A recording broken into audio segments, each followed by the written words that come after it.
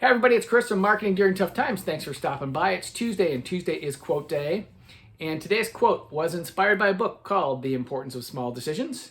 It is a great book about how we decide things. It's not very thick, it's only 115 pages. I would definitely recommend reading it. It's a very interesting book about how we decide to do things. And in the book, it addresses one of the ways we decide to do things is we just sort of copy other people.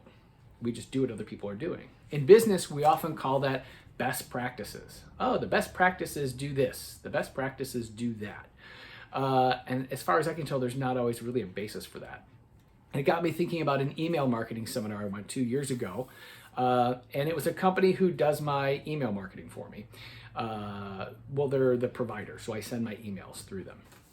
And they weren't trying to sell me anything. They were just trying to help me better use their product to get better results. So I stayed a client. So it was pretty cool. And I went there and it was very helpful. The people were very helpful. They really had best practices and insights and things that I thought would help me.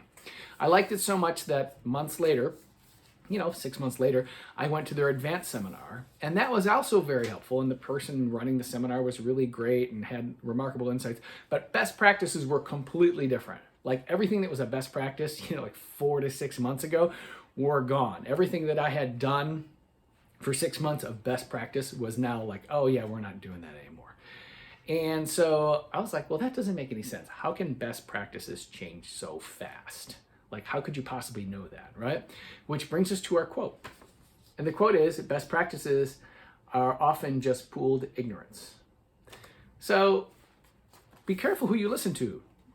Because often best practices are really just sort of imaginary or maybe someone's idea, but there's nothing really to back it up and there's nothing really to say this is actually going to work. It's really just what everybody's doing.